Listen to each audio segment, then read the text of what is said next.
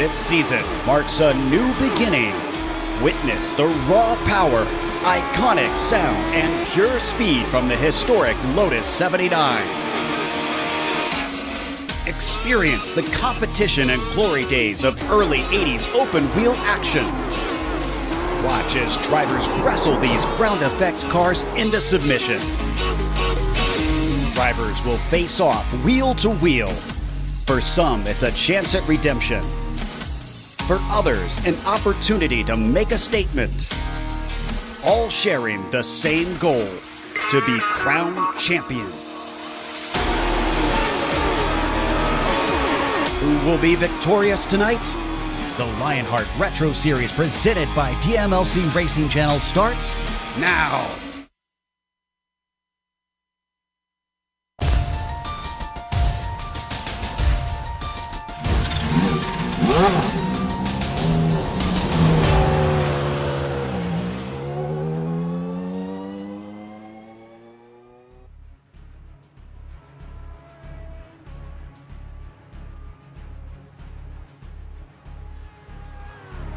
We are all gamers, and HyperX is always ready to game. Competition, commitment, excitement. This is Lionheart. From the Circuit de Spa-Francorchamps, it's time for the Global Sim Racing Channel's coverage of the Lionheart Retro Series Season 4 Championship presented by the DMLC Racing Channel. Tonight, the Thumbs Up Cancer Down Grand Prix of Spa and all of the simulated retro Lotus 79 action from the green flag to the victory donuts will stream your way live as they happen right here on the iRacing eSports Network. Good evening from the land of decadent chocolates and Brian Yatzik's favorite take on a waffle, and welcome to another GSRC broadcast in the Sim Experience Countdown to the Green. Alongside of Brian Yatzik, I'm Jason Galvin, joining you up in the virtual press box for tonight's Thumbs Up Cancer Down Grand Prix of Spa action. Sean Ambrose has director duties. All of our great camera angles tonight come to you courtesy of our good friend Dougie Beard. Commonly known simply as Spa, few tracks carry as much worldwide prestige as this. From the high-speed turn 12 to the technical and tight pit straight, Spa is the perfect combination of brute speed and guts, not to mention the corner Fernando Alonso calls the most beautiful corner in the racing world, Eau Rouge. Let's learn more with your GSRC track guide.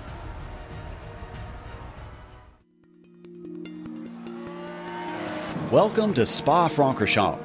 Less than an hour's drive east from the German border, this Belgian track has come to define racing for many different eras in the sport. It's no wonder it continues to entrance drivers when you look at the stats.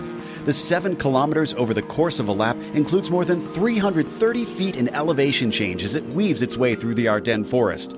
Packed into this is 19 turns, some of which are considered among the most famous in the world of racing. Corners like La Source and Blanchemont have been on the lips of drivers for decades. But by far the most notorious is Eau Rouge and Rétillon. Typically referred to in name by just the first section, it dips low and swings left, then compresses and climbs to the right up a massive hill. The sequence ends with a completely blind crest that sweeps to the left and leads onto the incredibly long Kemmel Straight. The bravery required to be fast through there will pay off towards one of the most popular passing spots at Lacombe. Eau Rouge is exemplary of the rest of the circuit though. Most of the turns are incredibly fast and many include much of that signature elevation change. As jaw-dropping as the track is, you have to remember that this is the modern truncated layout.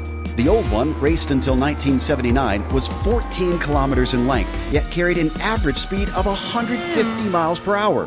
Present-day safety measures do cut down on the danger, but even in recent history, the circuit has proven deadly. It's clear why this track continues to be revered and respected by racers the world round.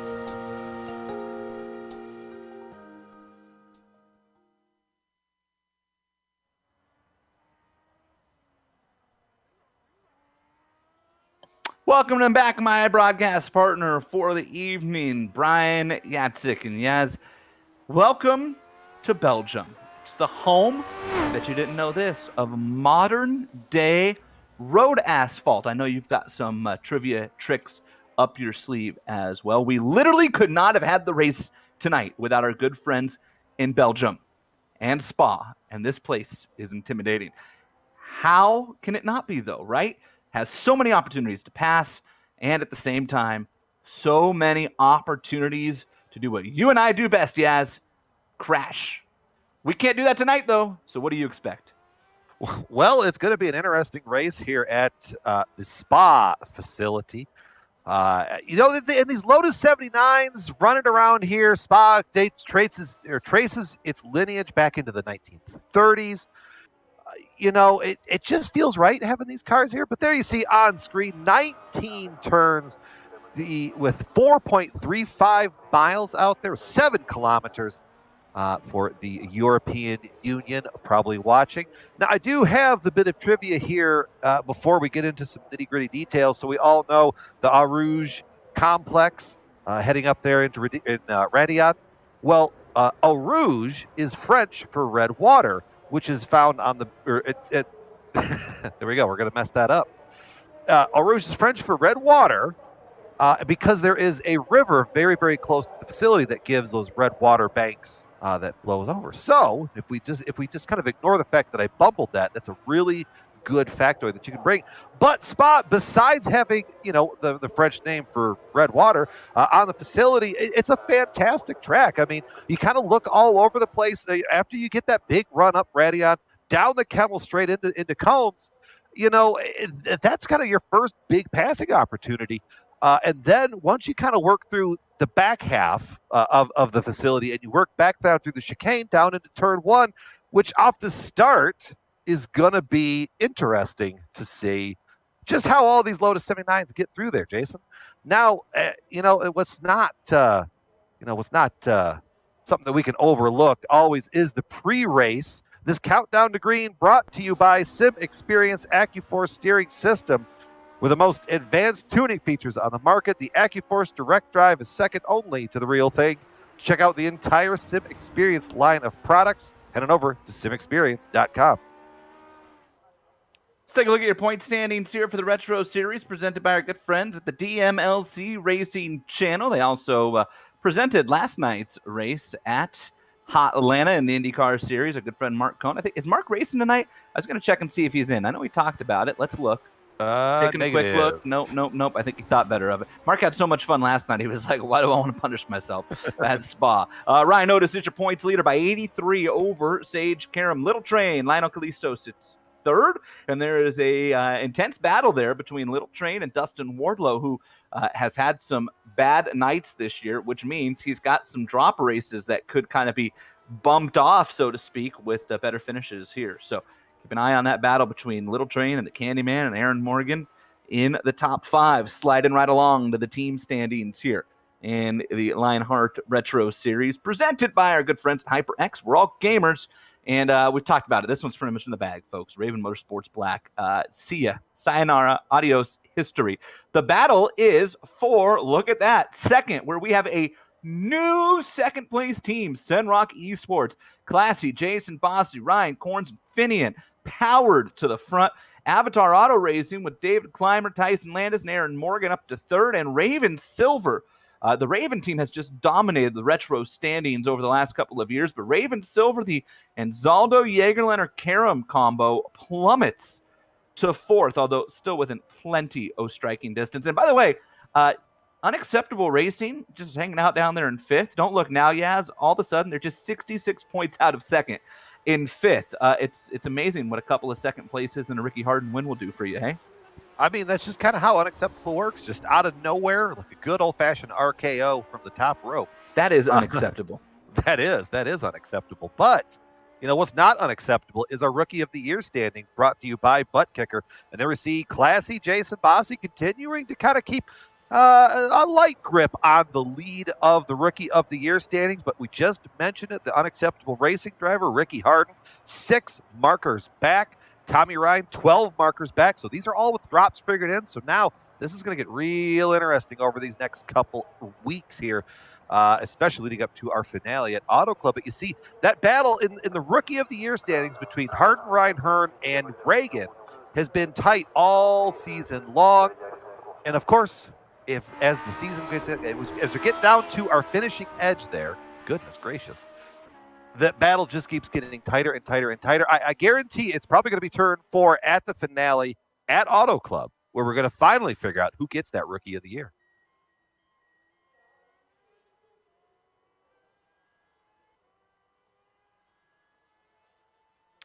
Watching qualifying underway right now, and we're just past the halfway point in qualifying here for the Thumbs Up Cancer Down Grand Prix of Spa. Seems like a good time to remind you the Lionheart Racing Series, powered by our friends HyperX, the premier open-wheel racing league on iRacing. There's 2 great series, of course, the Lionheart IndyCar Series, presented by First Medical Equipment. Had that great race last night at Atlanta, and tonight's Lionheart Retro Series, presented by the DMLC Racing Channel.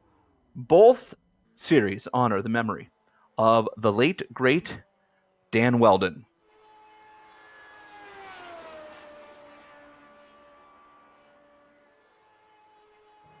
Got there on screen there. Is that Mr. Paul Jenkins?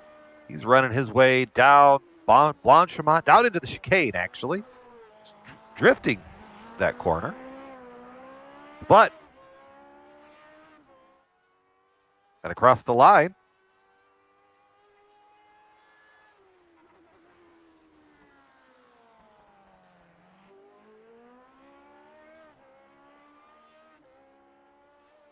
See who else we got floating around on track. A bunch of drivers out there taking time right now. Let's see if we can get a kind of a look around, see who's moving. We talked about Ricky Harden on the front end of the broadcast again and again, sliding his way down the front stretch. Right up through this Eau Rouge and Radilla. I'm going to mess it up a couple more times. Radion. You were close. I was, but not quite. It's really some hybrid of all the heavy German in here. The people are trying to throw some French with the L's. I don't know. Instead of hearing me ramble, let's head on over to the series details. And these series details, I'll tell you what, they come to us thanks to Minus 273, the premier name in karting gloves. They're industry-leading gloves, super lightweight, super durable, made of breathable poly spandex. Whether you're a kart or a sim racer, Minus 273 gives you the control to reach victory lane. For more information on Minus 273's full line of gloves and apparel, visit www.minus273.biz. Also, don't forget to use the promo code Minus 273 LHRS 15 for 15% off of your orders. So there we go. Round 15 of 18. Jason, we're getting down towards the end of it. It's been I feel like the season has just kind of flown by here in this Lotus 79. Just another fantastic retro season, almost in the books. A lot still to race for, but there we see it with the Lotus 79. Adjusted fixed setup, cash and prizes, $6,671. Of course, tonight we're using the classic pit, so the start-finish line's actually on the downhill coming out of what will tonight be the final corner, right? Of course, which is usually turn 1, so that's going to change just a little bit of things there. So just saw Ryan Otis coming down the hill, and he improved his time. Sage Karam has the world covered tonight, though, at least right now. Oh, I just looked at timing and scoring. Yeah, don't do that. Sage Karam is clear by a full second, and he's got some room after that. So, wow. As we close in on the end here, we got 10 seconds left in qualifying. A couple of these drivers trying to get around. I'm not sure if they're going to get their lap times in. Coming down the hill, you get one more, and that's going to pretty much do it for us here. Qualifying is a wrap at Circuit de Spa-Francorchamps as we get ready to go with 28 I said, hey, come on. Sean Ambrose talking in our ears here. You have to forgive me.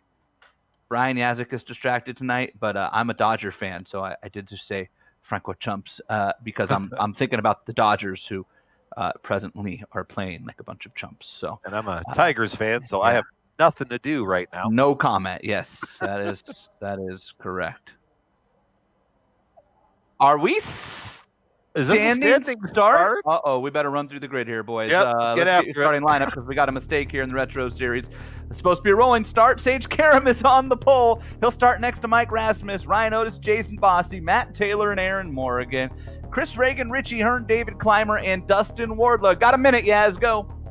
And then from Wardlow, you got Kalisto, Ducana, Malone, Samuel Ryman in the 14th spot with James Paulson in 15th. Ryan Corns there, 16th, 17th, the Harden. Chris Fowler, 18th, 19th to Scotty Holmes, and Paul Jenkins making it 20th. Back on to row number 11, and this will be Tyler Graff and George Anzaldo, then Matt Houston, Travis Jagerliner, Tommy Ryan, Chris Tegg, Adam Young, and Tyson Landis. We did standing starts in the Retro Series in Season 1 at certain tracks. I mean, let's just it was fun. Send it. I mean, that's where we're at right now. Yep.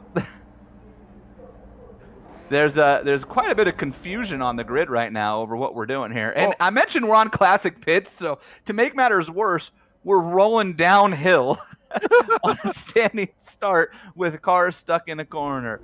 Here we go. George Anzaldo just jumped on and said, my bad, but we're rolling with the standing start. And so in 5 seconds, the lights should come up. And we're going to do this Formula One style. Here we go. Thumbs up, cancer down. Grand Prix of Spa is green. And boy, that was awfully quick. And look, stack up. We got a bunch of contact there. And a big wreck at the back of the pack. Up through Eau Rouge. Through Radillon. Everybody clean through here. Boy, that was exciting at the back. Looks like they got through it okay. Looking back there. Some got through it better than others. The 66 never rolled, which trapped Tommy Ryan in the 99 right behind him. Clean so far. Up front, Sage Karam. A second quicker than the field in qualifying, is already starting to open up his lead over the rookie Mike Rasmus, who also had an impressive debut in IndyCar couple of weeks ago, ran up there inside the top 10 in his first start over on the Lionheart IndyCar Series side of things. He's got a win already this year in the Retro Series. Top 5 as they roll down the hill. Sage Karam Rasmus, Otis Bossy, then a gap back to Chris Reagan and his teammate Richie Hearn. That gets you to 6th.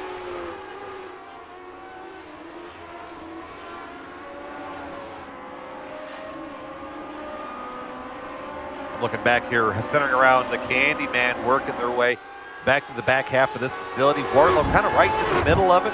Right there in front of him, he's got Clymer, Binion hanging out behind him, Lion, a Little Train. Speaking of Little Train, get this good shot coming up here. You're going to see this pack kind of fall light at it. Well, it was about to look like a baby. Until Little Train pokes his nose out. And that's a bold passing opportunity down here through Blanchemont. On the outside, make it stick. Why not? Up front, Sage Karam will come around and head into what is traditionally turn 1, and tonight will be turn 19 because of the classic layout here, and hangs right at La Source and will lead lap number 1 and pick up the bonus points with it.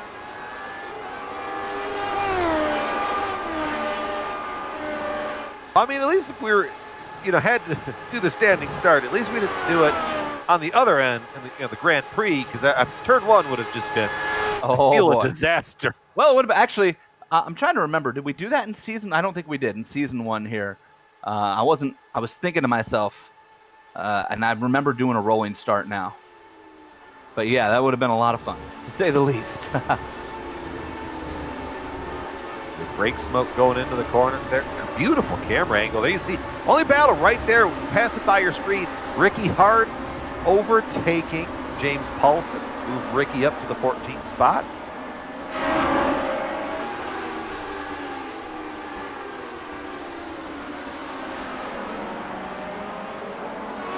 And they've kind of just formed kind of just big old train rolling around here. It's just kind of the nature of these cars. It's just kind of how we roll.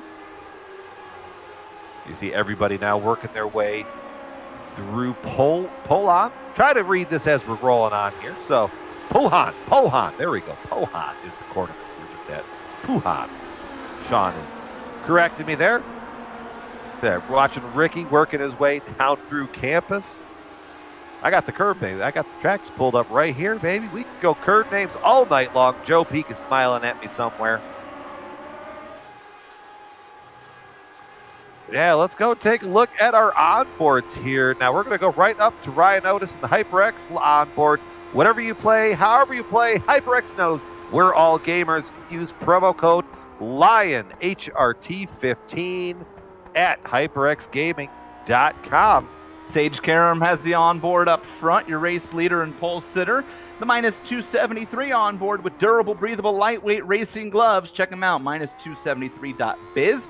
Promo code there is 273LHRS15 for 15% off all orders. That is an update to the promo code, 273LHRS15. And let's take a look at Mac Rasmus with the butt kicker name, or butt kicker camera. Feel what you've been missing. Use promo code LION2020 at thebuttkicker.com. And finally, the turn racing onboard belongs to number 46 car, and that is David Clymer. Merging the gap between real and sim racing. Got another promo code. It's Lionheart 10.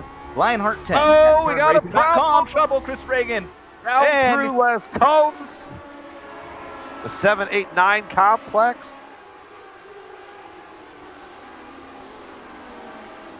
Look like contact with Jason Bossy. That will do it. Here they come. Up through Radion. Making a run down. When they get to the corner here, side by side, Reagan kind of pulls out, and then Jason Bossy just drives right into the back of him. I think he thought he was going to go faster. Correct, yeah.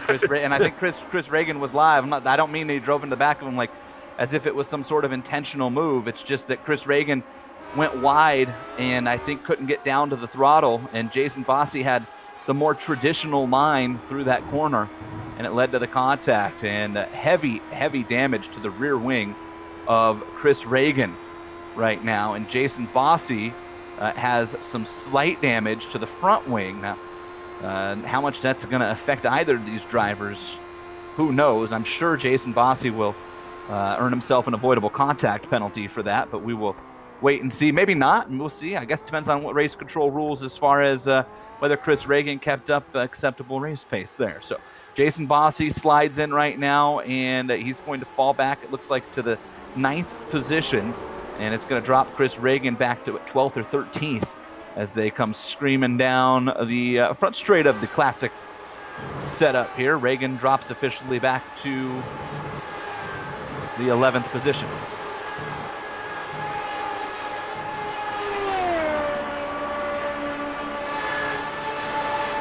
Take a look just back there again.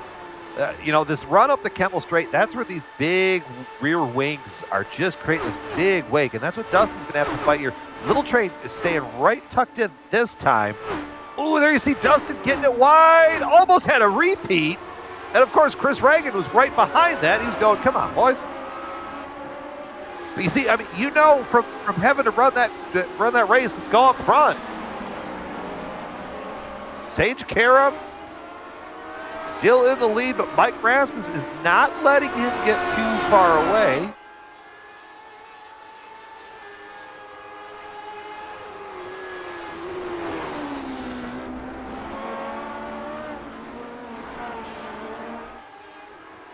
This race moving right along, lap 4 of 29.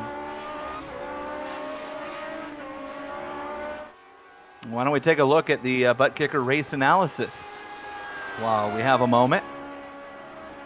29 laps here tonight at Spa, and they're saying the maximum fuel stint is roughly 16, which would mean a one stopper for you here tonight. 25 incident points would get you a disqualification and a 10-point penalty.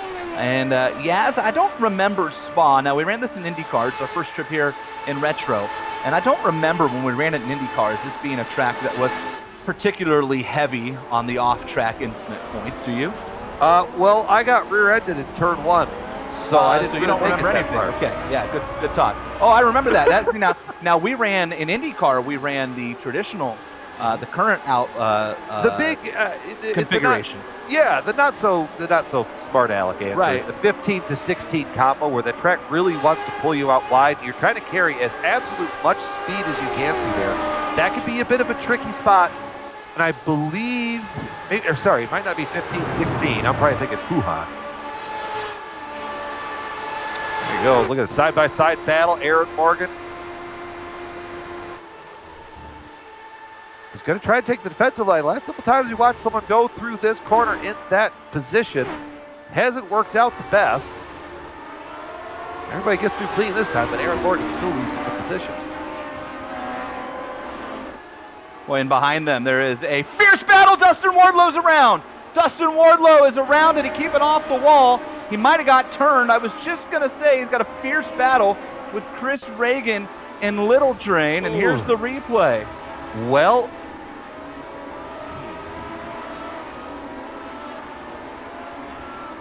definitely some contact. I think he expected him to go faster through that corner. Correct, yeah.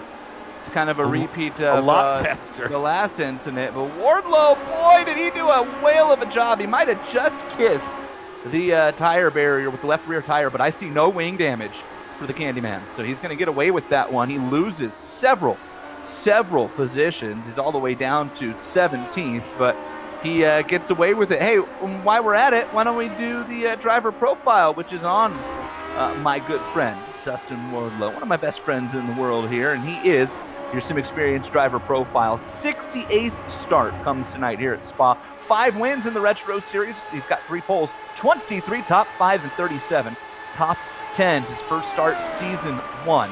Race 1 at Homestead, and his last win came just a couple of races ago at New Hampshire.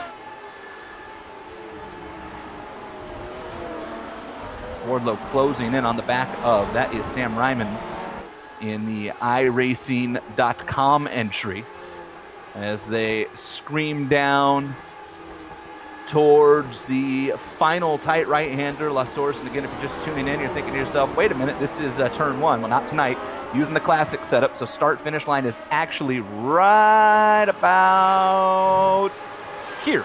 Yeah. Total Bridge-ish. Total. Is that Total? You're right. I've seen Total my whole life, and I'm sure it is. Very recently. It's not an American company. No. French, I believe. Drive-through penalty on Chris Reagan, the 19, for avoidable contact. But it's interesting, Jason Bossy did not get avoidable contact for a very similar incident, yes.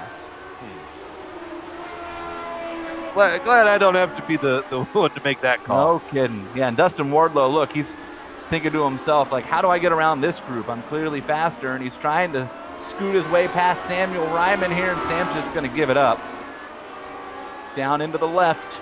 Wardlow now has James Paulson and Ricky Harden in front of him. Boy, Ricky Harden up there in 15th. I feel like it's a great run for Ricky on a road course. He's not really known for his road course exploits here, as Wardlow, look at the run the Candyman has. Closing in on James Paulson. I don't think he's going to be close enough to make a move here. Down into the chicane.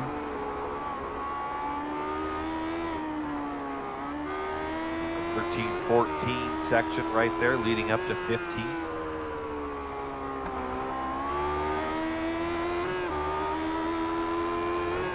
Around 16. We were talking about that big rear wing earlier. This is where the Candyman is going to have to get his opportunities. Gonna go to the inside lane. Hey, I'll make it work. The Candyman can. Move him up. Whoa! More spot as Sam tried opening or getting a foot in the same door. Fortunately, almost closed on. Sam and Paulson really going at it behind Wardlow, and they stack up Paul Jenkins and Ryan Corns in the process. Well, and of interesting note, the 19. I didn't hear what he said, but Chris Reagan coming to pit road to serve the penalty. I thought the classic pits. Remember, it used to wrap around one. I thought he'd missed pit road entirely. I forgot that the line starts back there. Huh. Look at all the damage on the rear wing of Chris Reagan. That'd be interesting to hear the differences in what race control saw between the Wardlow incident and the Bossy incident with Reagan. And perhaps, again, Yaz, as we talked about, Chris Reagan really was kind of slow after taking more of a offensive, aggressive line through that complex of corners, I think, versus where Dustin Wartlow was. As we move up the field, and we're going to check in here on the 5th position, and this is Matt Taylor having himself a nice run. Another one of the fine young rookies that we have here in the Lionheart series. Also doubles over in the IndyCar series as well. New face over there. Was I forget where he finished last night, Yaz, but I know at one point you and I were going around him for like 6th or 7th. Yeah, that was. I think that was towards the where you. It was on the last. It was on the last. It was on the last run. So he was. Okay. He was up there. I don't know again where he finished exactly. I can go pull that up, but I remember being impressed that you and I were going around him that late in the race. Boy, let's go look mid-pack back in the Ricky Harden version of the world. Crazy stuff heading back here.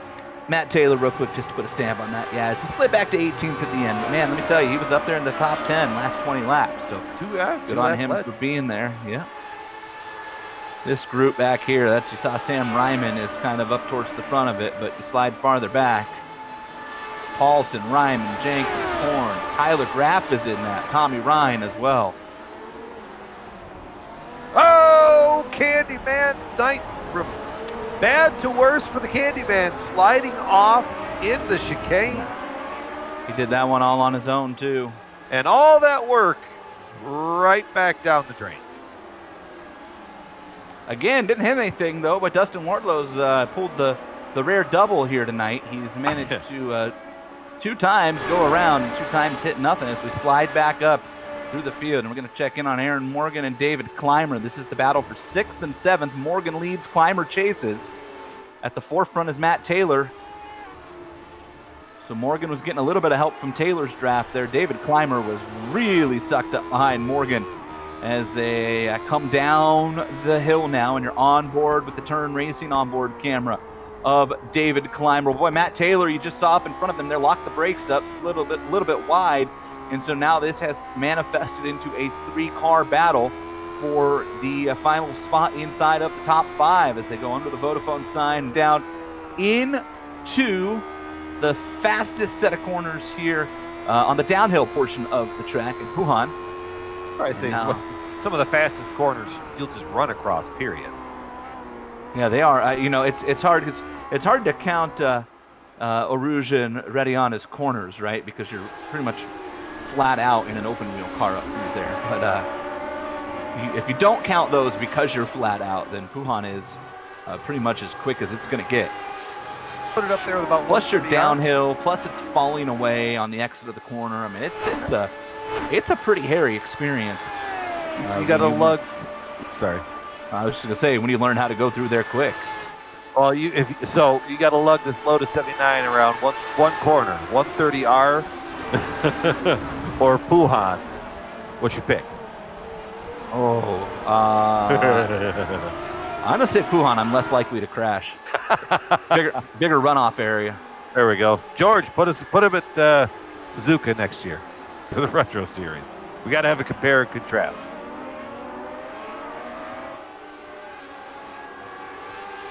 Watching this battle on screen, big old train working their way down the front stretch. Matt Taylor at the head. Back there, the caboose of that. That's called Little Train. Yeah, it works. Little Train back there.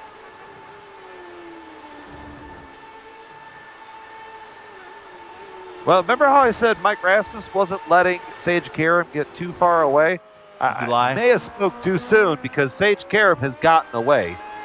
The tune of about 2 seconds. Looking at that minus 273. Yeah. You wear yours last night, yes? You know, I didn't. Too sweaty up there in Michigan right now? Yeah. Well, it's this weird time where you start the day with a hoodie, and then by the end of the day, you left the hoodie at work, and then when you get out of work, it's cold. And then the snow hits you in the face. So who knows? Excellent. Yeah. Welcome to Northern Michigan, huh? Yeah. Trees look beautiful right now. I bet. No, Yeah. nobody come up here. Nobody come up here. Ours are totally dead. Welcome Well, to Central California. You'll be happy to know my gender reveal on Sunday does not have any pyrotechnics planned. Excellent. Yes. All Californians, thank you for that. I didn't realize that was coming up this weekend. Yes. Yeah, it's Sunday. Thank you. Congratulations. Yeah. Baby Blank Yazik coming your way. Yeah. I already know the answer to the question. So unfortunately, I'm not allowed to get in on the what gender will Yazik's baby be pool, which is really, really unfortunate. Let's hope my wife doesn't hear that, because then she'll get smothered with a pillow.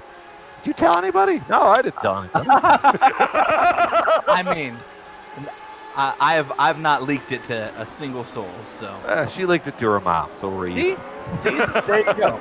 There you go. I'll never forget when I was, as many viewers here might know, I at one point held a morning news anchoring job, and when we found out that we were pregnant, you know how everybody's always like, you got to get through the first trimester, right? Yeah, I got through about 7 minutes of work the next morning, and then I had to tell my co-anchor. Like, we didn't even get to the set, and I was just like, I have to tell. I know I can't tell my family anything, so I got to tell somebody. Yeah, exactly. And Maddie Jansen was sitting there, and she was like, something is up with you today. And I was like, took her 7 minutes. Like, all right, I'm going to tell you, but you can't tell anybody else.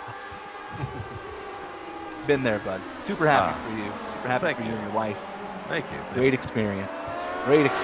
This is a battle for 5th on back right now. We are working lap number 10 of 29 here. So we're a third of the way through the Thumbs Up, Cancer Down Grand Prix of Spa. I'm Jason Galvin alongside of Brian Yatzik.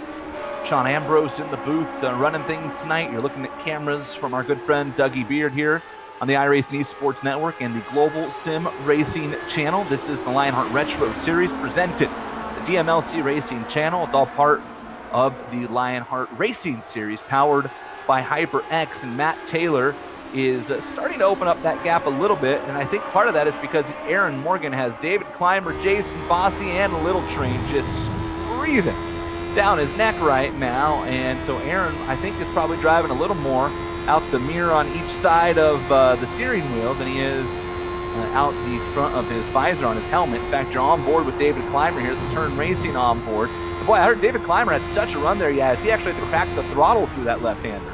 I mean, that car was getting out a lot further on that curbing than I think he was anticipating it to. Good braking zone there through the chicane from Aaron Morgan, or a bad one from Matt Taylor, because now that's 5 cars underneath the blanket heading off into turn 19. Yeah, wait till they get through turn 19 here, and Lasource and head down the hill before they bottom that thing out and go right back up into Eau Rouge and ready on.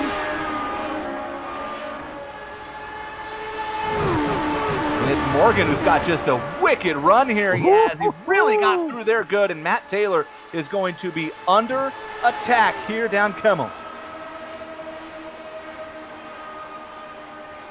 I think Aaron did lift and closed his eyes into the inside here. Boy, look at Matt Taylor outbrake him. Oh, that was some good break. That was a good battle right there, all the way up there. David Clymer behind him just walked it, and Jason Fossey's all over him. Man, this is great. Great stuff from 5th back through 9th. Like Dustin Wardlow texted me before the race, and Candyman, who was in this battle at one point and is having kind of a rough go of it. Feel bad for him for that, but he was excited just to run the race. He told me, he said, boy, you and Yaz are, you're going to be pretty jealous watching us wheel this thing around tonight because you can really hang this car out. And he wasn't kidding. You watch these drivers, they are really driving the wheels off of this thing, and you can see it. I've had to catch my breath several times. And really watching in practice is where you watch the rear tires step out and you go, oh, they're going to, oh, no, okay, you saved it.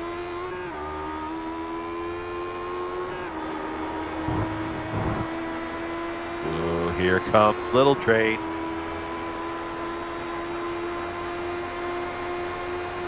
17-18 complex. A little bit of front wing damage to classy Jason Fossey after earlier on. Woo, woo, woo. Little Train going, nope, I'm staying here. Excuse me. Down to the inside. Oh, and contact! A little too aggressive. Optimism was just a little short of traction right there. But they kept it all sideways, or kept it all straight. Oh, Jason hanging on to it. Put a tire off. They both messed up the whole set of corners, and they've come out the other side just like they entered the chicane. After a furious battle, side-by-side contact, raw wake damage. Here comes Little Train again, up through Eau Rouge, down the Kemmel Straight. Looks like Jason was going to take the defensive route. Looks like Little Train maybe breathed it to let him back in there. Dot, dot, dot to that battle. Well, that's all kind of split this pack up. We had 5 cars a lap ago. Now we're down to 3 and 2. Matt Taylor leading the new train there with Morgan and Clymer. Let's go take a look back at the 14th position. Sam Ryman in that spotter's dream of a car. He's leading it out front. He's got Tommy Ryan and James Paulson behind him. Tommy Ryan, Paulson having a back and forth battle there.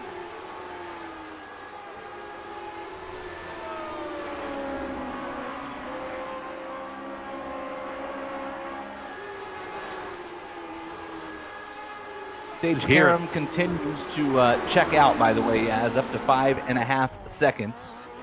And we are working now. Lap 12. In fact, Sage is already coming around here to start lap number 13. And so we're also closing in slowly but surely on the pit window here at Spa. 29 laps. And so if they get to the end of 14, you can presume they can probably make it to the end. 14 coming to 15. Sage just ran the quickest lap of the race, 207.728. And to give you another idea here, Yaz, of the difference between race and qualifying pace, Sage just went purple at a 207.7. He qualified on the pole at a 206.8.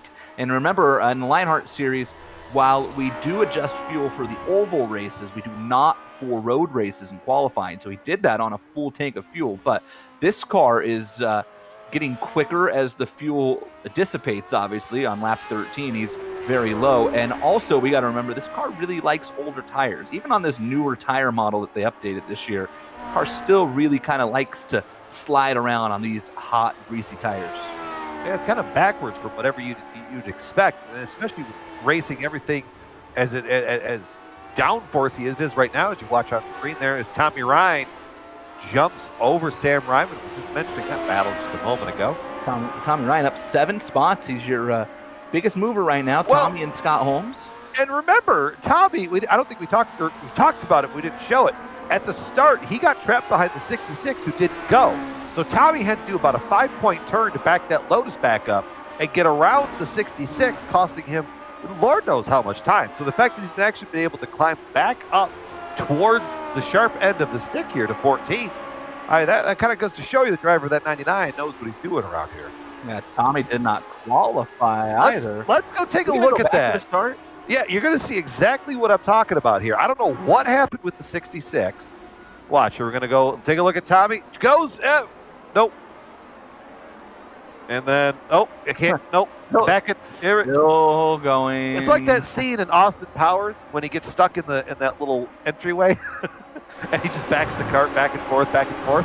And by the way, and Matt Houston, he got it going eventually. I mean, he's presently very, very far off the pace, but he's on the racetrack.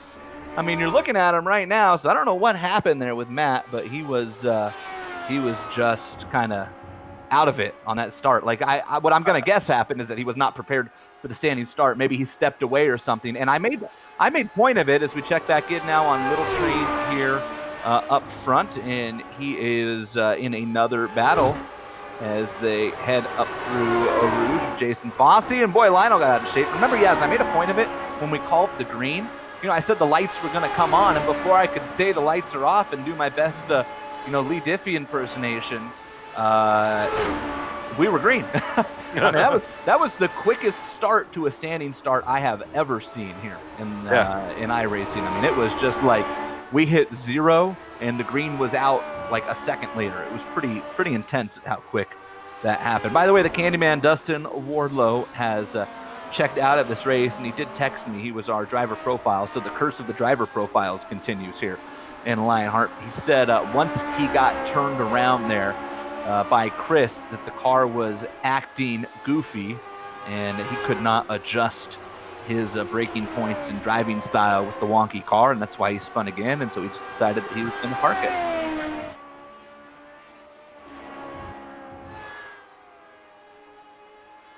Mike Rasmus, second place. Boy, another strong run. Lionheart rookie. Remember, Mike runs the Lotus 79 series through iRacing, the official series. It's broadcast on the Global Sim Racing channel and is very competitive there. Sean Ambrose in my ear might be able to tell me, has Mike won races in that series? I know he's been very competitive in that series. But he is knocking on the door, I'm told.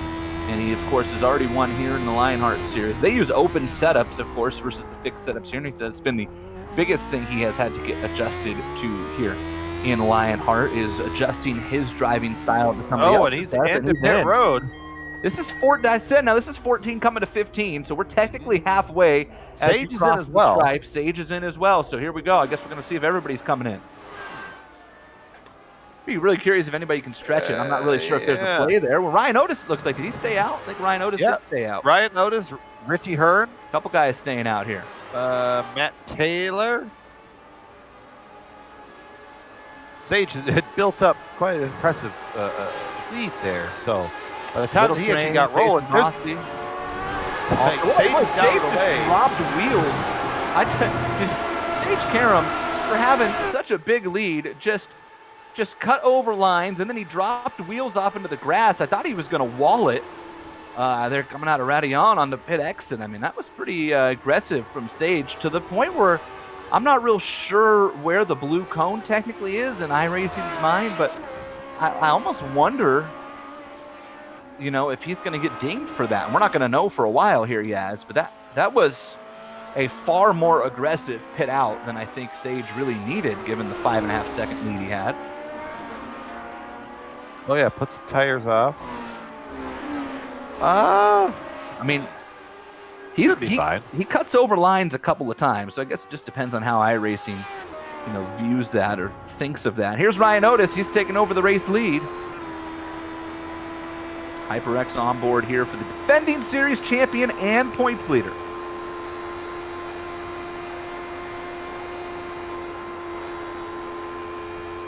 He did not, for the record, lead a lap, though, because of Sage's pit stall being just past the start-finish line.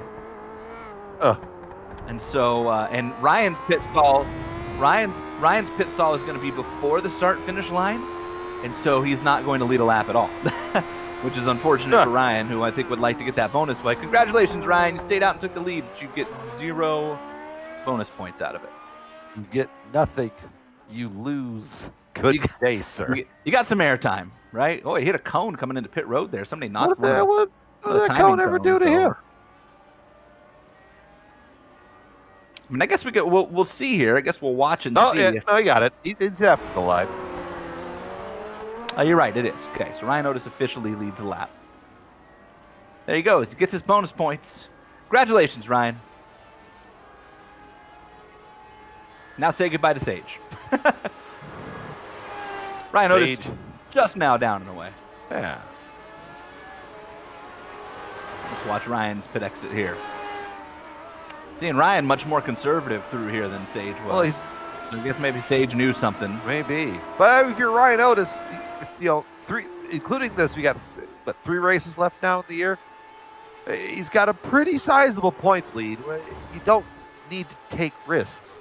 And double points. I think right before the double points at the end of the year too at Auto Club, and so you really want to make sure, if you're Ryan Otis, that you're not giving away unnecessary points, especially because we are, as you mentioned, Yaz, we're down to the final 4 races of the year, and the next 3, including tonight, are all road courses, which is it's Sage's bread and butter, but it's also Ryan's bread and butter, right? So Ryan Otis knows, like, yeah, okay, maybe Sage is going to win all the road courses, maybe not, right? Or Ryan's won road courses this year, but maybe Sage is going to win them all. But if I can finish second or third in every one of them, then I'm still going to going into Auto Club with a fairly sizable lead. You know, like, the championship won't be over. Sage will have a chance, but Ryan at that point could almost just ride around and protect his points lead, you know, and hope that some other things happen. And then because of the style of racing at Auto Club, like we saw at Michigan a couple weeks ago, Yaz, you know, he could ride around for, 85 laps at the back of the pack and make sure that he's clear of anything, and probably still race his way up inside the top 10 if he needed to. Yeah, it's smart driving, smart racing, and smart racecraft. I know Ryan has let a lot of points slide at a couple of events throughout the season. So when you kind of get towards the end of it, you're running out of opportunities to fix those mistakes. So really, you just kind of cut bail and go, okay, before the pit stop, I want to say he had something like 7 seconds over 4th place. So you got no threat out back, no threat out front. It's kind of like Max Verstappen a couple weeks ago at, I can't remember, I think it was maybe the British Grand Prix, I think they called it the 70th, where he started in 3rd, he saw the Mercedes for 3 laps, and then he saw nobody else the rest of the race. And that's kind of the race that Ryan Otis has. He's got a nice gap out front, no pressure out back. Nice, easy Thursday night drive heading for a championship. You see Richie Hearn on pit road, went the farthest of anybody. That could be of note later in this race.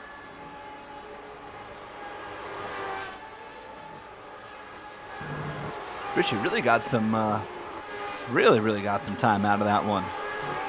That's super impressive. Time out of the world, or out of the fuel cell. Yeah, that was some great fuel mileage out of the driver of that 70 machine. Checking in on the world's biggest Nickelback fan, Tyler Graff, back there with Paul Jenkins, 17th and 18th. Look at that, Tyler Graff. Just waiting on that from Yaz. His favorite song.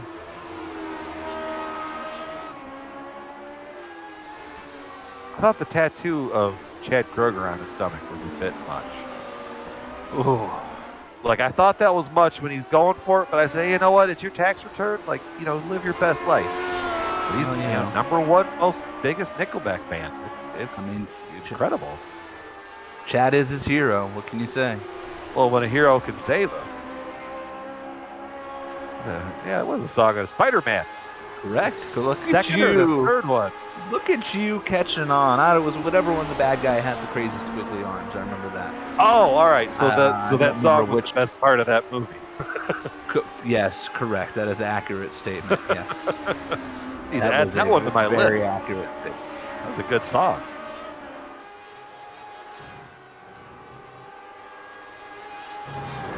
Pulled Martian Boogie out of the hat a couple weeks ago to somebody. They were like, "Oh, what, you're talking about obscure songs?" I said, "Martian Boogie, Brownsville Station, I believe." Sean in my ear. We're at that time of year where Monster Mash makes its yearly occurrence. Well, yeah, and then you find all the other weird songs out there. Right, exactly. But yeah, if you got about a couple minutes of your day and you really want to hear something that makes you question why'd you listen to it, go out and listen to Martian Boogie. It's a great song. It's out there. Checking, this is Chris Fowler, Tommy Ryan, Richie Hearn, 11th, 12th, and 13th up through Rouge. And ready on now. That's great run there. Look at Tommy Ryan. That a boy. And here comes Richie. Hey, send it, Richie. Send it. Yes. Wide. Why not? Get it. Stamp licked. Wait, they have to make the corner. They're going to get there. One of them is. Oh, baby. Oh, Richie got all hung up, and look at Tommy Ryan off-roading. Tommy's smiling. I know he had a whole lot of fun on that one. Put the power down, try to drive away from Sir Richie here. Again, remembering Tommy Ryan essentially had 2 standing starts this evening. Up to 12, battling with Richie, who had an awful pit cycle. What happened to Richie? He was up there in the top 5, I believe. Did Richie pit twice, Yaz? Did you give him credit for that? Richie did pit twice. Yeah, see, Yaz, you give him credit for fuel mileage. Okay. It really came in a second time. Take that back. Yeah, so Richie actually had terrible fuel mileage. I wonder, it didn't dawn on me that why he'd be back there and why we just saw him on pit road. I'm guessing that he probably got a penalty. The events were probably connected. I could be wrong, but, you know, I'm just going to throw that dart at the wall and hope it sticks.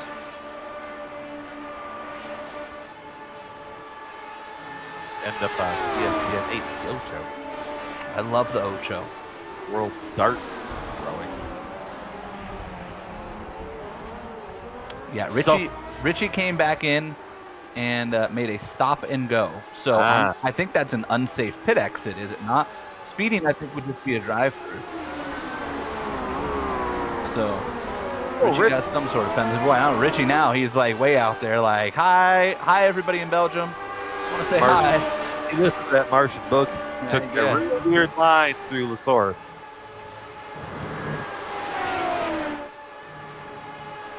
Tommy Ryan getting the run back up, right to the rear wing. Oh! Mowing some grass a little bit with the right side tires. Left side tires. The camera was backwards there. I just love, you drive this car and you watch these guys have fun. Dustin was right. I kind of wish I could hustle this thing around the curves.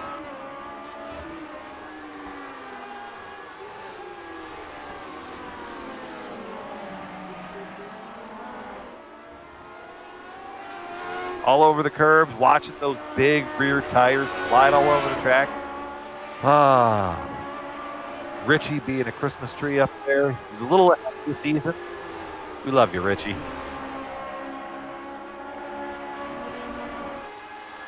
All right, let's take a look back at Chris Reagan. Look at that. We got a 3-way battle. Reagan, Jenkins, and Graff. Oh, hang on to it. Chris Reagan going through there trying to opposite lock it. That's just going to bring Tyler into it. Tyler's going to take it up the middle. He thought better of it, rolled back. He's going to lose the spot back to Jenkins. Jenkins is going to get the good run coming out of 14, into 15. Sorry, Chris Reagan, I swear, he was drifting that corner again. That rear wing damage, front wing damage. That car, Chris, when you get done with this one, crack a beer. You've earned one here. Tyler going from a Nickelback fan to an Eagles fan here on this lap. Taking it to the limit. Going to try to do it one more time as they head down into the final chicane. It's a lovely place, but you can check out any time you like, but you can never leave. Oh. Boy, Paul Jenkins did a nice job actually getting through there. Starts to power away from Tyler Graff. Tyler running the pink and white car there. And I think he's got thumbs up, cancer down on the rear wing there. Thumbs up, cancer down, Grand Prix of Spa here. As there's Tyler's got thumbs up, cancer down all over that race car on the wings here tonight. The Graphics Esports car. Tyler does a lot of the graphical work for the series. Came up with that logo tonight. Of course, I always take the opportunity I can to talk about Thumbs Up, Cancer Down. I sit on the board of directors for that charity. Bakersfield, California, Central California-based charity that helps cancer patients by providing them with power-up packs that are full of all sorts of goodies to help them get through their cancer treatment, whether it be chemo or radiation. It's got blankets, beanies that are specifically made to not irritate the sensitive skin. You start to lose your hair and go through some of those treatments that are rather intensive and invasive to the human body, obviously. And it's got journal, phone charger, hand sanitizer, bag, all sorts of goodies. Kids packs as well that we make, and really proud of the work that we do with Thumbs Up, Cancer Down. I always say there's a lot of great cancer charities out there, but I don't know how many of them are as patient-specific when it comes to just trying to make them kind of feel loved and supported, and that's what I liked And when I first found out about Thumbs Up Cancer Down was that it had kind of a different twist on supporting the cancer community. We need all the money raised we can. We need research. We need a cure. So many patients out there need fiscal help. They need help with transportation and paying their bills while they're getting treatment. But we do things a little different, and we think we found a pretty good place with that as well. So if you'd like to learn more, thumbsupcancerdown.com is the website. And you can also buy one of those power-up packs and ship it to somebody you know, a loved one maybe, or a friend who's fighting cancer, as Tyler shuts the door on Paul Jenkins through that chicane and come around. And we are inside of 10 laps to go. In fact, we have 8 laps to go for this group here as they come down out of the final corner now. Tyler locked up the right front a little bit there, trying to get that run and drive away from Jenkins. 10 laps to go, which I know gets the heartbeat going, but folks, we still got at least a solid 18 to 20 minutes worth of racing here. Don't forget, Spa's a 4.3 mile speedway here. Road course. We get all sorts of hate mail this week. Tyler having to take the defensive line. Here comes Jenkins. Down the Keppel straight yet again. Give it to Tyler. Fight back just a little bit there.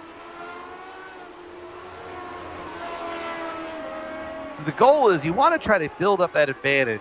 So if you're Tyler right now and you want to try to get away and thwart Paul Jenkins, you want to build at least I'd probably say about 8 car lengths worth of a gap. Because then at least at that point, you know, the two main straightaways here, straightaways is a loose term, with the draft that you can get going and with the way that these cars are set up, you build that out just a little bit. It's kind of like in modern Formula 1 where you build that 1 second gap before lap 3 to avoid DRS. Same principle.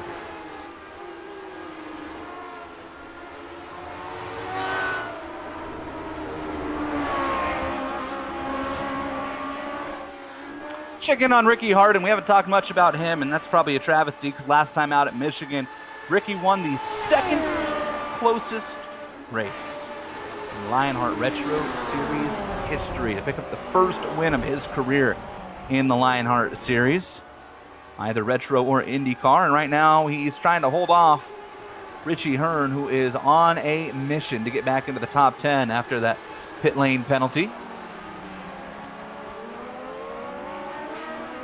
Just watch it. Just the way that you watch these drivers trying to hook the power up coming around the source there is just so fun.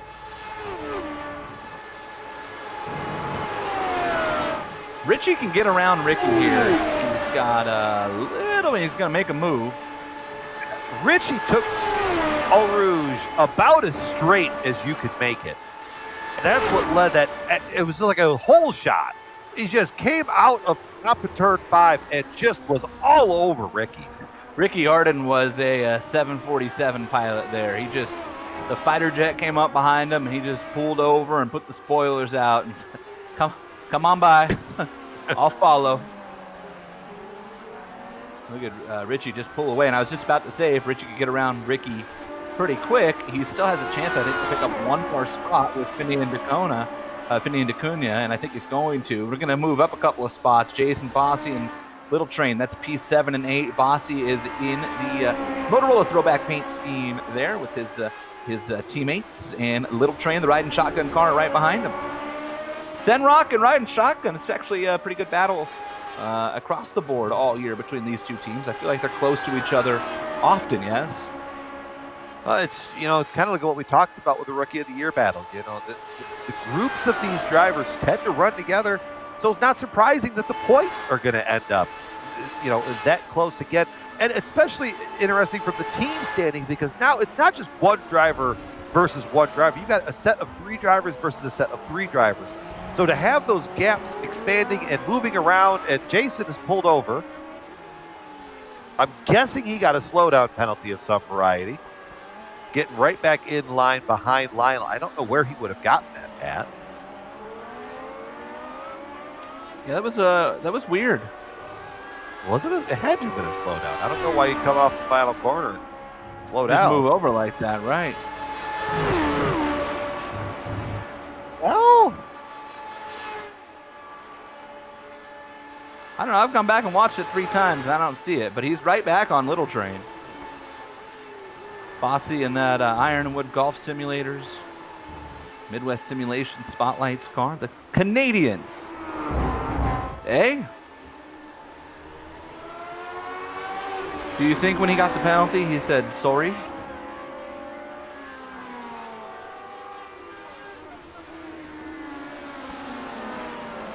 He may have. He may have. He's just chuckling at that for some reason. Or he did the Midwestern thing when he ran over with, and he and Reagan got together. Oh, sorry, sorry there, bud. If anybody in the Midwest, you know the word OPE, OPE. I don't know if it's made it out to you California guys out there. NOPE, nope. It'll get there in maybe 20 years. It's a slower pace of life out here. That was good, Jason. Yeah.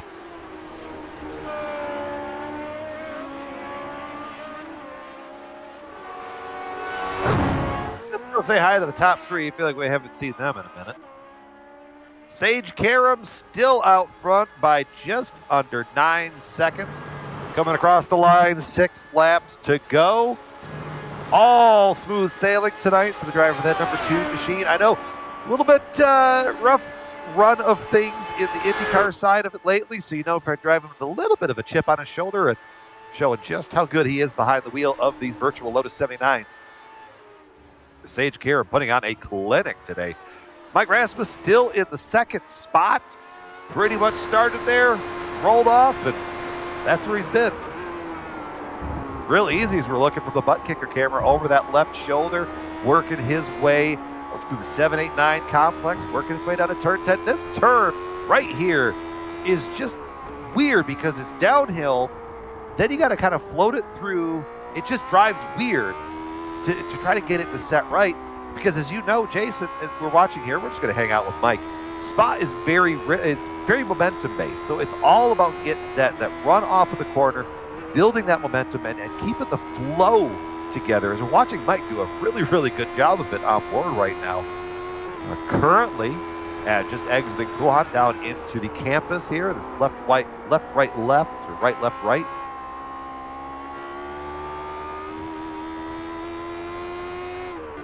And this is a complex of corners I've always really enjoyed here for whatever reason.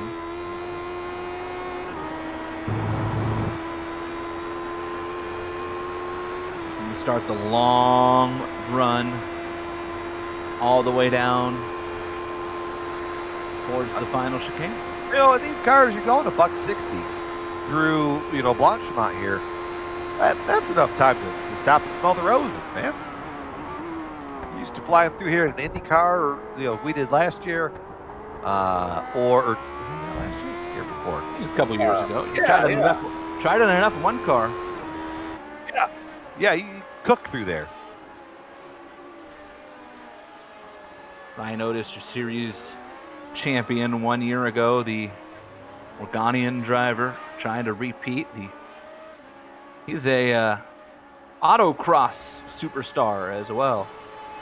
In the real life side of things, and his son, also Ryan Otis, Ryan Christopher, is started spotting for Dad. He's also started racing with him a little bit, and we've been kind of privy to that. Turns out, young man can drive. I'm just going to throw that out there. Are we shocked? Not in the slightest bit.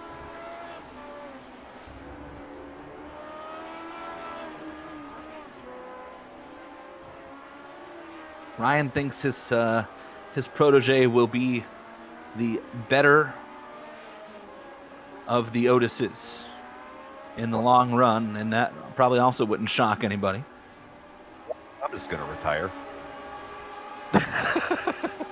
Well, it's okay. You got your own to train here. Yeah. No, is he or she, holding on to a steering wheel one day? That'd be fun. Lord knows Dad is watching. Nothing wrong with a baby girl driving. We were already talking about this earlier. I got those replays saved from a couple years ago when I was a good driver. So I could show my child at some point that their dad was talented at something and not just above average. I made that joke today. My wife was My wife is running some errands, and I was sitting in the car, and we were all texting back and forth. I said, man, I'm so glad I saved the replay from last night. That way in 10 years, my son is like, Dad, you really suck. I could be like, look, it was just one time. Dad had it for a few minutes. On board with Finian here. This is Finian D'Acunha. He's rolling around right now in the 10th position. So Richie Hearn did run down Finian and then blew by him, apparently. That was quick. Well, you know, it's... In fact, Richie is starting to close in on Jason Bossy here. I kind of thought Richie would be done when he got to 9th. He'd run out of time, but I'm not so sure at this point. Remember, Jason Bossy has some front wing damage from contact early in the race, so who knows if that's slowing him down at all. But I'm going to tell you right now that we got 4 laps to go, and Richie Hearn is going to get there. Last time around, he was over a second quicker than classy Jason Bossy. Really laying down the lap time for the driver of that number 70 team. Right now, closing the gap up to Bossy. And really, that's, as we're kind of waiting down here, that's kind of about the only battle on track that I'm finding. Yeah, to give you an idea, Ryan Otis last time around was the 5th quickest car on the track, behind the top 3 and Little Train, Lionel Callisto, who is trying to go get David Clymer. That has an outside chance of developing into a battle here. We'll keep you updated on that.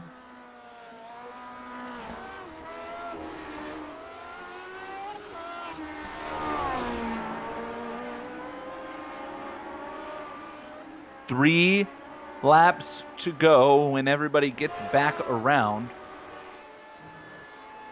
Oh, Jason Bossy. Jason Bossy off? I was watching. There was a weird, it looked like a car went down. Oh, he crashed. We were watching Richie, and I just saw the trails in the sand. Oh, Jason stepped out, and it stepped out the wrong way, where you have to come back the other way, and as soon as he corrected it, it was gone. Oh, and he locked the brakes up, and it just does you no good going through the gravel. Look, he backed it up and tried to get it going, and I think he realized pretty quick, we are done, folks. Indeed he did. He just slid it over. That is so disappointing. For one of the nicest guys in the league, we call him Classy Jason Bossy for a reason. I know he's a fan favorite. He has a big following out there. And that could be a really important moment in the points. Jason currently sits 7th. He's trying to run down David Clymer, but more importantly, just behind him, here comes a Rookie of the Year. And behind him in overall points, Ricky Harden and Tommy Ryan are both starting to bear down, and Finian is right there as well. So Jason Bossy could potentially lose 3 or 4 spots in the points, depending on how Richie finished too, as we look at Finian right now. Finian and Tommy Ryan. This is now the battle for 9th because of that incident. Tommy trying to run down Finian. You know, Tommy is very aware of what has happened now to Jason Bossy. So now when you look at it from the points, yeah, you're absolutely right. Jason could fall back to 3rd. But, the big swing here, Tommy Ryan is 1 spot up on Ricky Hart. He gets in front of Finian here. That's 2 spots up. So now he might be closing the gap to Ricky, heading off into the next event.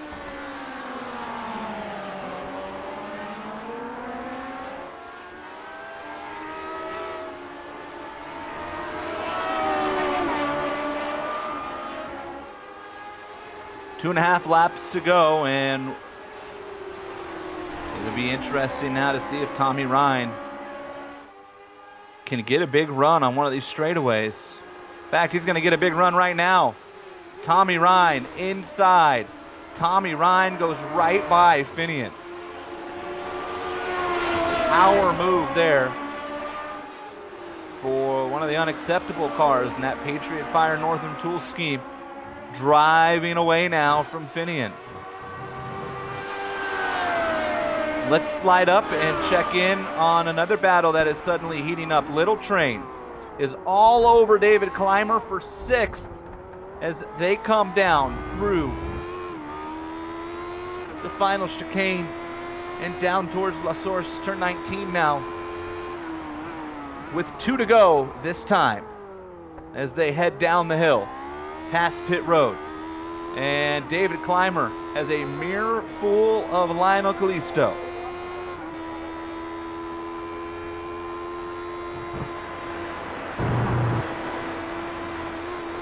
Built a gap just a little bit down the front stretch, but that gap is quickly evaporating as Lionel gets the big pull down the Camel Straight. Again on board with Lionel. Which way does he go? Does the car run out of horsepower? He's going to get to the inside, send it all the way up into turn 7, battling back and forth. Give the position to Lionel Callisto with a textbook pass. Oh, David! How did he save that thing? Wow. Boy, he was as crossed up as Jason Bossi, and somehow David held on to it. Let's get the encore. That was stepping out. Travis Pastrana might be calling him to inquire about the seat of the 46th Nitro Circus here. What a save by David Clymer. The Sim Pit car, they're really, really hanging on. And Little Train has started to freight train David Clymer and check out. Sage Karam coming to the white flag.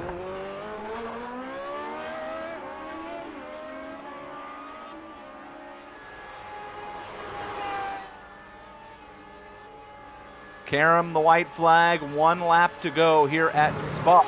And we're going to slide back to 9th and 10th again because Tommy Ryan just locked it up in Puhan and allowed Finian actually had gotten back around Tommy. Tommy got him back, and now they're at it again as these two get ready to come to the white flag. This is for 9th and 10th. Tommy Ryan in the black and yellow, Finian DeCunha in the blue and red.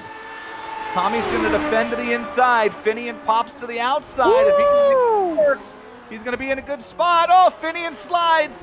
Still there, though. Look at this.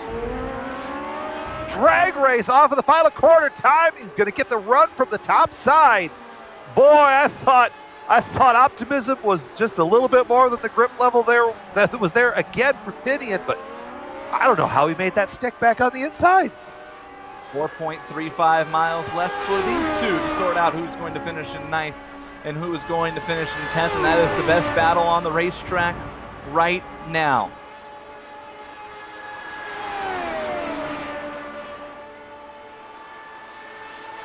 Oh, quiet. Look like it. Look at Tommy defending. Look at Tommy Ryan. Are we at an oval or road course? Tommy's going to hang on for now.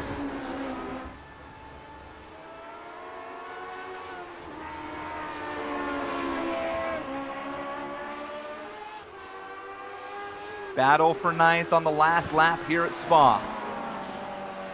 This is the best battle on the track. And they come down the hill. And here comes Sage Karam. Sage Karam comes down towards the final corner. A dominating performance for the NTT IndyCar Series veteran. Sage Karam from the pole leads all but 1 lap and comes across the line to take the win. And the thumbs up, cancer down. Grand Prix of Spa. It is the 13th win in Sage Karam's career in just 28 starts here in the Lionheart Retro Series presented by DMLC Racing Channel. Mike Rasmus comes across with another podium, and here comes Ryan Otis to maintain his points lead with a 3rd place finish. Let's slide back now and take a look at that battle for 9th and 10th as it comes screaming down. Everybody else pretty much single file and not a battle. We'll update you after the race on the final finishing order, but we want to watch these two, Tommy Ryan and Finian. Brian, bring them home. Finian getting back to the run. Oh, just couldn't hook it up. Tried to send it too far from the outside through chicane. Tommy able to take the defensive line, get the run. Tommy is going to swing around La Source here, pick up the 9th finishing spot for his efforts tonight in the 99 machine. Giving 10th back there to Finney, and boy, this was a fun one here out in let's dig out more battles. Tyler Graff and Paul Jenkins as they come down towards the source for the final time. Ooh, Jenkins really getting aggressive under braking. This is for 16th and 17th, and Tyler Graff's going to hang on with that one-off start in the thumbs-up cancer down car, and he holds off the Nighthawk car, Paul Jenkins. And that's pretty much going to wrap it up for us. The thumbs-up cancer down Grand Prix of Spa goes to Sage Karam, and we will talk to Sage and the rest of our podium in the Sim Experience Victory Lane when we return here on the iRacing Esports Network and the Global Sim Racing Channel.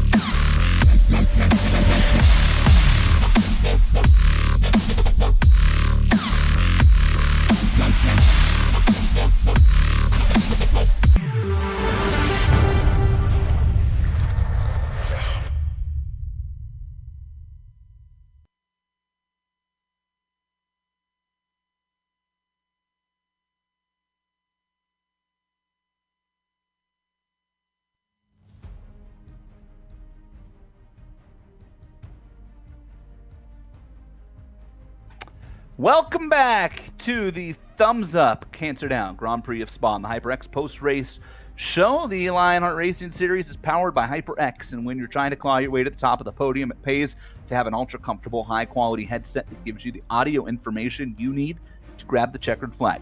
From high-performance DRAM and SSDs to outstanding microphones, accurate mice, responsive keyboards, and the legendary Cloud line of gaming headsets, HyperX makes the gaming gear you need to succeed.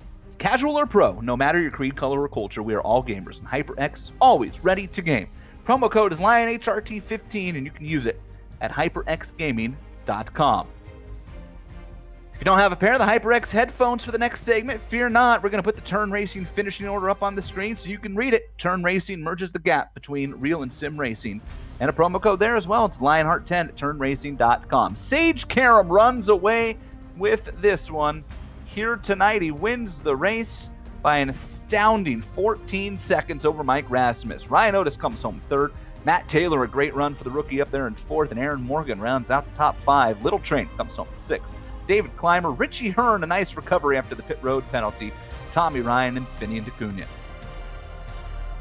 In the 11th spot, Ricky Hart with Sam Ryman in the 12th position. Trevor Lowe, 13th, with James Paulson in 14th. Chris Reagan, the car that got beaten up on almost every corner, in the 15th spot with Tyler Graff, finishing 16th with a brilliant paddle with Paul Jenkins towards the ending stages of that race. Scott Holmes, 18th, Ryan Corns in 19th, and Travis Jagerliner in the 20th spot. And the final page here, Matt Houston finishes on the lead lap. Adam Young lost a lap. Jason Bossie crashed out late. Chris Fowler, Chris Tague also end the race 4 laps early. George Anzaldo went out with 7 to go. Dustin Wardlow retired early, as did Tyson Landis.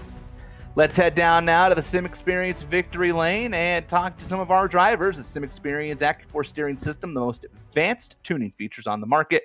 The AccuForce Direct Drive is second, only to the real thing. Check out the entire line at simexperience.com. And we check in with second in points and a winner once again here in the Retro Series. Sage Karam, the 13th win of your career here in the Retro Series. And man, I know that you have had a frustrating run of it the last couple of weeks on the IndyCar side of things, even though you won at Phillip Island. It's just been some stuff happening over there. And it feels like you kind of took that out on everybody tonight.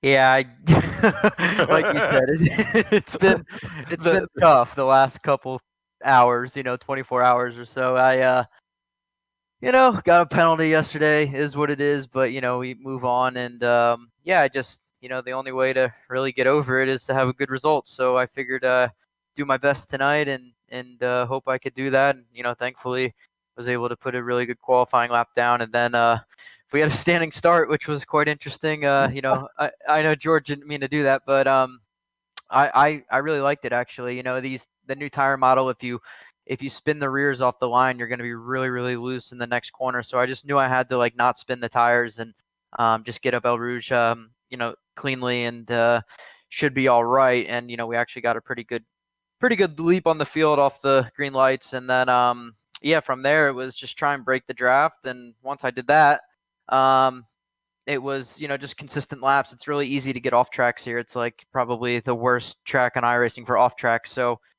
didn't want to get penalized from that.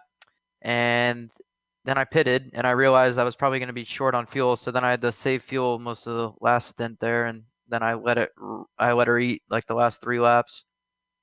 It's interesting. Yaz and I were discussing how tricky this track was as far as off tracks, and we weren't really sure because we've only really run once in the IndyCar series, and you just kind of answered it for us. But man, okay, so I don't usually talk about qualifying much, but how surprised were you, given that the competition you've received this year from Mike and Ryan, that you were a second clear of the field in qualifying? Now, I understand this is a 4-mile track, and 2 minutes is an extremely long lap, but to clear the field by a second in qualifying is mighty impressive. Yeah, I mean, for me, it was like you had to get it done on the first lap. That's why I only ran 1 lap at qualifying. I tried to go faster on my second, and it just wasn't as fast. So, like I said before, this track is just so touchy with off tracks. It's really like a risk versus reward kind of deal. And I just hit like a perfect lap. I actually didn't run that fast in qualifying sims and when I was practicing earlier today. So it was just a perfect lap. I took some bigger risks, and it paid off. And but yeah, I don't think I could have gone any quicker than that. Let me tell you, if you would have gone quicker than that, everybody else might have just thrown in the white flag before the race started there. Great run tonight. Congratulations. Like you said, you persevered over, what's been going on the last 24 hours, and really great to see you come back here. And apologies. We didn't, I know sometimes you put the broadcast on. We didn't spend a whole lot of time talking about you, but you were kind of just out there on a Thursday evening stroll, and I'm sure you don't have much complaints about that. Well, I actually didn't watch it. for Hey, like look at the that. first time, so maybe I got to keep doing that. But I'll watch it tonight for sure. I always love to go back and watch. And good job last night to both of you guys. You guys cleaned up. Thanks, Sage. Jason did better than Appreciate me. it. Sage Karam, your winner tonight. That is the 7th time we found Sage in victory lane here this year, and he's going to close the points gap to Ryan Otis as well. Yaz catching up with 2nd place, and boy, this man's taking the league by storm. I was just going to say, Mike, I feel like every time that you enter a race, we end up talking to you at the end of it. So that's a good thing, right? Yeah, it's nice to get to know you guys. Absolutely. You know, I compared your race tonight to, I hope you're an avid F1 fan, I'm assuming, right? Yeah, a bit. So remember a couple races ago, Max Verstappen, where he watched the Mercedes leave on lap 1, and then he saw nobody the rest of the race? That was you tonight. So, you know, when you kind of have that event, you were keeping Sage close at the first part, but then I feel like he found another gear, and you just you were checked out over Ryan, and that was about it. Yeah, pretty much just set sail after I lost the draft. I, drove my butt off trying to keep up with Sage, but they've got some, him and Ryan have got some serious tricks that I've yet to learn. So, lost a few tenths every lap, and after a while, you just kind of settle in. Absolutely. I mean, hey, keep finishing up that way or keep running. You'll be up there with them. How does that how does that affect you as a driver? When I know some drivers are really focus based and they can chase targets better than they can run by themselves. I feel like we've kind of seen you excel in both. Is there one that you prefer over the other? I think chasing is a little more fun. At least there's someone you can see them and you can aim for them, and also you can learn from where they're faster than you. So rather than just running around by myself, I'm definitely not a hot lapper type. So I prefer racing around other people for sure. Solid. I mean, hey, a solid second place effort again. Get to talk to you again. And I mean, any special shout outs you want to give to anybody before we send you on down your way, Mike? I just want to thank Andrew Kinsella for the setups and you guys for putting on these races all the time. It's always fun to talk to you at the end. All righty. Well, Mike, we'll catch up with you at probably the way you're going. We'll catch up with you at the end of the next one, right? Yeah, for sure. All right. Have a good one, Mike. Cheers. The ever just prompt and right to the point, Mike Rasmus. Jason, let's talk to Ryan here. Let's talk to Ryan. Ryan Otis, boy, a quiet night for you, although you were the only other car to lead a lap tonight. So congratulations to you on that. You led it from pit road, which also has to be kind of a weird feeling.